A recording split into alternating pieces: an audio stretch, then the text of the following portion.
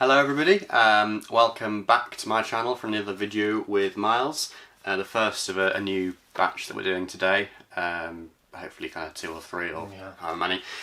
So earlier today we went to one of our local libraries to experience the new Doctor Who VR thing. I don't know what to call it, a game VR or experience. An experience, yeah. That's one of the words they use. The Runaway, you might have heard of it already, you might have seen other people play it, you might have seen it advertised, the trailer, etc.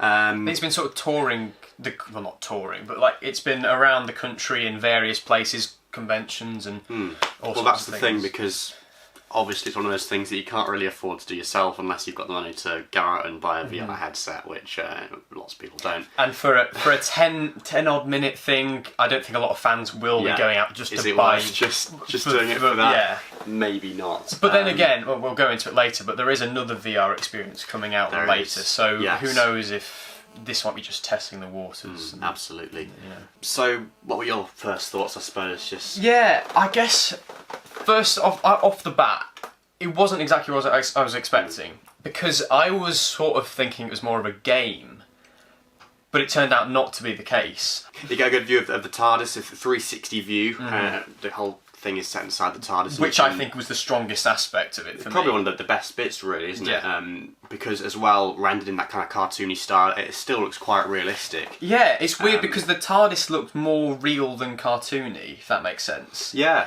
it did. It was. I mean, it's very much like you were there, wasn't it? Yeah. Because you had this headset on, everything else was blocked out, and you could just turn around, Lit look very up well. anywhere, and see the entrance behind you or different details, and it was really nice to be able to see those. You can't actually kind of move around, but you kind of pivoted at one point and then you can look up and around and whatever, and that was really nice.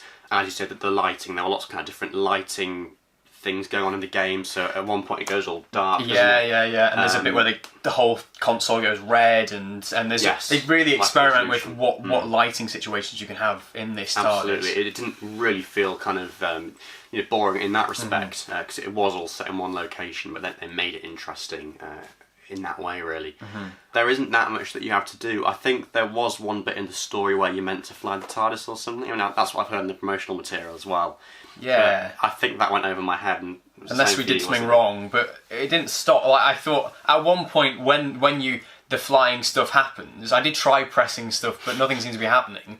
And then the TARDIS crashes or does something. So I thought, is that the end of the game? Do I have to go back to the start now? But no, it carried on. Well, that's the thing. So I think perhaps in my head I was thinking it's going to be a bit more Decide Your Destiny kind of in style, where you have alternate endings, or like Attack of the Grass. Do you remember that? What you do determines what happens next. Yeah. And that it wasn't really like that. It was just like. And I would have liked that. Like an Attack of the Grass type thing where you're the occasional puzzle or something like that, or going towards the controls and doing something, but you were, like you say, you were rooted onto this one spot. Yes. You couldn't move anywhere, because at one point I tried to because there was something going on at this point in the screen, and I tried to crane my head around, and I was like, I can't. I was the same. Yeah, right at the start. At the start, the alien appears. There's an alien just in the corner, but you can't quite see it. They don't draw attention to it. So I was like, what's that? Oh, I can't move.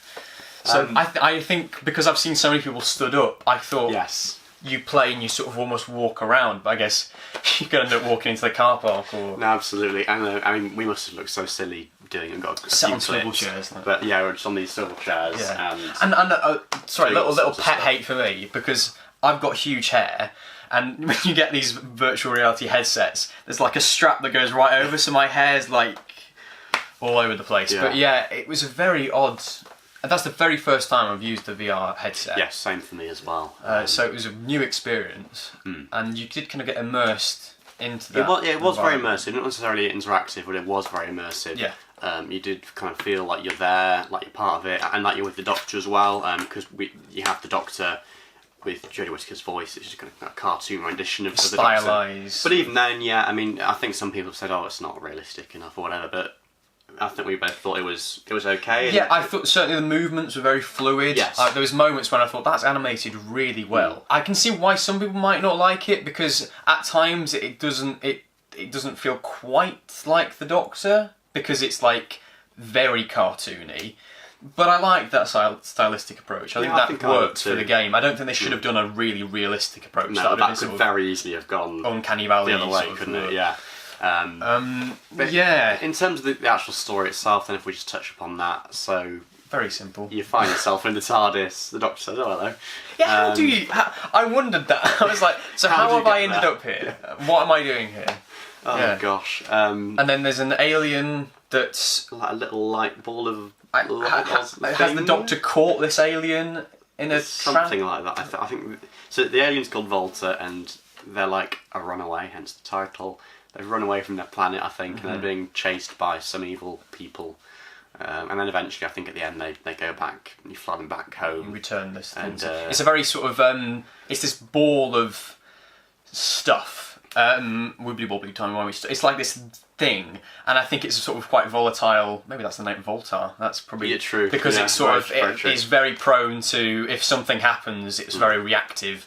Changes colour, gets bigger, all that kind of stuff, isn't it? So that's a sort of one of the aspects of it. And there's one bit when whoever's chasing you catches you and sort of scans you. It felt more like the story shouldn't be the focus. The focus should be just the immersive nature of it, and here you are in the TARDIS. And because I wasn't following the story really, I was just looking at the visuals. That's true.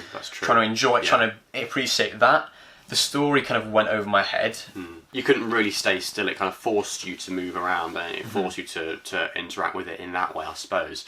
And it was nice to be able to do that as opposed to just looking straight on at something, on TV, or even 3D things or whatever, stuff like the Doctor Experience thing they used to have. It just was that next level up. I suppose ultimately in hindsight we're going to view it as a stepping stone, a testing the waters. Well, yeah, that's what I've sort of felt like. It's a sort of prototype or a pilot. I guess from what I understand of this Edge of Time game, it's more of an immersive experience as opposed to a storyline. And a kind of longer thing as well, isn't it? Yeah, and a bigger thing. For longer and just Which I have to admit, seeing that sort of stuff, it looks very like the Weeping Angel thing. Yeah. In virtual reality, that is a cracking idea because you're turning around, you're like, where is it? And if because of the technology, I assume that it can work out if you're turning the wrong way, then there's an angel that can come up behind you and all that sort of stuff. I hadn't thought of that, yeah. That's what I think would be great, because imagine that, you're just sort of sat there with this headset on, like looking around. I think that's what they need to go for, as opposed to just a story which is like, you're just sat here. But again, it's a simple little thing. It's not meant to be this, big expansive. And as well, it's a developing area of technology. I mean, if you think back to things like the TARDISodes, at the time it was this brand new thing, and wow, and we look back at stuff now and how much has changed in the past kind of 10 or 15 years or whatever. So I'm sure later on there will be more impressive stuff to come. And but I suppose just with regards to this, it was nice to get a taster, a short little 10-minute glimpse of what's possible with this type of technology. Lovely to see the interior of the TARDIS in kind of 3D and 360 degrees and stuff like that. The story was a bit basic, a bit simple, but it did the job, and overall, for what it was, I mean, you said earlier, didn't you? It was short but sweet. Short and sweet, yeah. I think that sums it up nicely. Yeah, I mean, I was thinking, should we give it a rating? Should we give it out? Yeah, maybe. I don't know. Out of 10? 7? Yeah. I don't know, that might be a bit harsh, but it's like, I would definitely, if you have the chance, give it a go. If you can, yeah, definitely. It's touring. I mean, at the time of recording and releasing this video, it is on, I think, this week and maybe into the next few weeks at various places across the UK. I think it partly depends on potluck as to whether your local libraries are doing it or not, but definitely give it a look. I'll leave the link in the description for the page that's got all the information about where you can go and try it. And it's free as well, so you might as well do it. So there we go. Yeah. So thank you very much for watching this little video about Doctor Who VR The Runaway. Let us know what you thought of the game if you've played it already. Put it in the comments below. Go and try it out if you haven't already, if you can. And stay tuned to both of our channels for more videos in the near future. So thanks a lot for watching, everybody, and goodbye for now.